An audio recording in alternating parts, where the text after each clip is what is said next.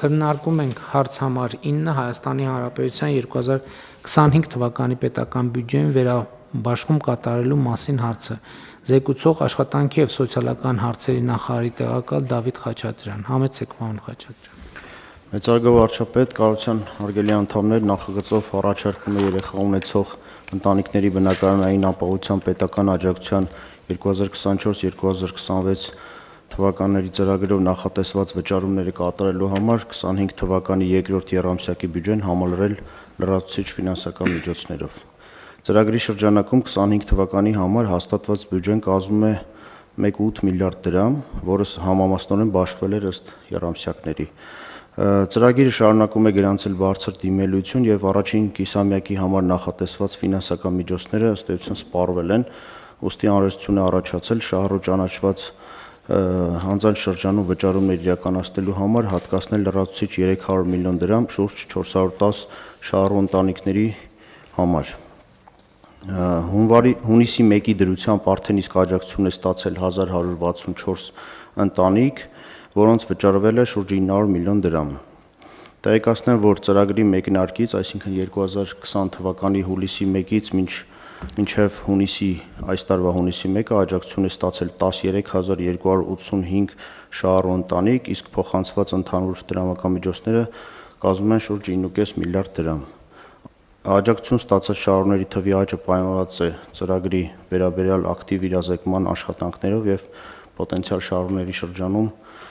մեծ հետաքրքրությամբ։ Ծրագրի դիմելության ներկայիս տեմպը պահպանվելու դեպքում, պարոն վարչապետ, երկրորդ կիսամյակի ընթացքում հավանաբար կրկին անհրաժեշտություն կունենանք եւս ֆինանսական միջոցների հայտ ներկայացնել։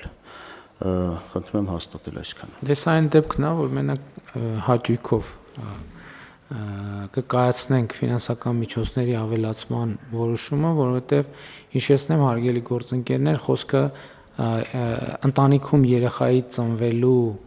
կապակցությամբ բնակարան ձեռք բերելու հարցում ընտանիքներին աջակցություն ցուցաբերելն է։ Ինքը բազմաշերտ ծրագիր է, 3-4 դեպք է նախատեսված, մի դեպք է, երկու դեպք է նախատեսված։ Հա, սկզբից լայն էր, հետո մենք ավելի հասկանալի եւ պարզ դարձրինք ծրագիրը եւ ակնհայտորեն մեր հաջողված ծրագրերից է եւ մենք հատկացնում ենք առաջին երեխայի ծնվելու դեպքում եւ նաեւ հաջորդ երեխաների ծնվելու դեպքում էլ ենք աջակցություն տրամադրում։ Կարճ բովանդակությունը ծրագրի հիշեցնեք, պարոն Խաչատրյան։ Ծրագիրը ունի երկու բաղադրիչ, առաջի բաղադրիչով եթե ընտանիքը ունի արդեն երկու անչափահաս, առնվազն երկու անչափահաս երեխա եւ ցանկանում է տուն ձեռք բերել մարզային բնակավայրում որևէ,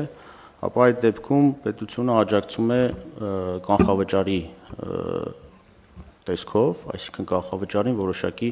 ավելացում է կատարում եւ երկրորդ բաղադրիչը արդեն երբ երեխա է ծնվում այն ընտանիքում, որտեղ ընտանիքը ունի հիպոթեկ, այդ դեպքում առաջին եւ երկրորդ երեխայի ծնունդի դեպքում մինչեւ 500,000 դրամ եւ երրորդ եւ յուրաքանչյուր հաջորդի դեպքում 2 միլիոն դրամ միանվագ ուղղում է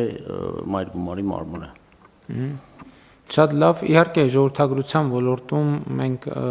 խնդիրներ ունենք եւ շարունակում ենք ունենալ խնդիրներ, որովհետեւ ցավոք սրտի ծնելիության ցուցանիշները նվազում են եւ մենք ամենատարբեր ծրագրերով պետք է շարունակենք ցուցաբերել աջակցություն այն ընտանիքներին, որտեղ երեխաներ են ծնվում եւ իհարկե նաեւ այս ցուցանիշները ցույց են տալիս, որ այնուամենայնիվ ծրագիրը պահանջված է, բայց մենք հույս ունենք, որ այս եւ մյուս ծրագրերի եւ ընդհանուր առմամբ երկրում մթնոլորտի բարելավման եւ ապագայի նկատմամբ ավելի մեծ վստահություն կառուցելու արդյունքում մենք կարողանանք ժողովրդագրության ոլորտի, ծնելիության ոլորտի խնդիրները հաղթահարել։ Սա իհարկե տեղի չի ունենա 1-2 գործողությամբ, մենք ընդունել ենք ժողովրդագրության ոլորտի ռազմավարություն եւ այդ ռազմավարությունը պետք է հետեւականորեն իրականացնենք, որպեսզի կարողանանք մեր խնդիրները լուծել, ինչը չի նշանակում, թե այն որոշումները, որ այսօր կայացրել ենք, սպառիչ են, մենք անդադ պետք է հետևենք process-ներին, որովհետեւ ժողովրդագրության մեջ մենք իհարկե ծնելիության խնդիրն է, որը մեզ որոշակի ինդիկացիա է տալիս, բայց մյուս կողմից էլ մեր համոզմունքն այն է, որ եթե օրինակ նախադպրոցական կրթությունը, հանրակրթությունը չլինեն հասանելի հանրապետության բոլոր բնակավայրերի բոլոր երեխաների համար, մենք խնդիրը չենք լուծի, որովհետև իրականում այդ երևույթը, երբ որ ժողովրդագրությունը ինքը բազմաշերտ երևույթ է եւ նաեւ մարդիկ բազմաթիվ գործոնների հաշվառումով են կայացնում որոշումներ եւ իհարկե երկրում ընդհանուր սոցիալ-տնտեսական, բարոյահոգեբանական, անվտանգային միջավայրը եւ ապագայի նկատմամբ հավատը շատ էական դեր ունեն այս գործընթացներում, այնպես որ այստեղ մենք մեր գործունեությունը հետեւողական պետք է շարունակենք իրադրության բարելավման ուղղությամբ։ Համեցեք։ Պարոն վարչապետ, ծնելիության հետ կապված ունենք հետևյալ ուրեմն իրավիճակը ըստ վերջին պաշտոնական հրապարակումների մենք պտղաբերության գործակցով վերջին 30 տարվա մեջ ամենաբարձր ցուցանիշն ենք գրանցել։ Սա նշանակում է, որ մեկ կնոջ հաշվով մենք ամենաշատ երեխա ունեցել ենք 23 թվականին, վերջի հրապարակում 23 թվականին է 1.9 գործակից եւ 94 թվականից հետո նման բարձր ցուցանիշ չենք ունեցել, բայց զուգահեռ ունենք ծնունդների բացարձակ թվի նվազում, այս է իրավիճակը։ Բայց դա ինչի է դա կապված, ասենք այն դա կապված է պոտենցիալ ծնողների թվի նվազմամբ, այսինքն մեր բնակչության սեռատարիքային կազմը, ծնողները, ովքեր մտնում են արդեն մայրերը, ովքեր մտնում են մայրանալու տարիք եւ զուգահեռ նաեւ մայրանալու առաջին ուրեմն երեխա ունելու տարիքը զուգահեռ բարձրանում է,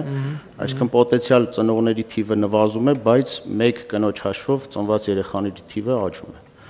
Շատ լավ։ Այսպիսի պատկեր ունենք։ Մի բան էլ հիշեցնեմ, որ նախորդ տարի մենք ծրագրում մի բարեփոխում կատարեցինք, որ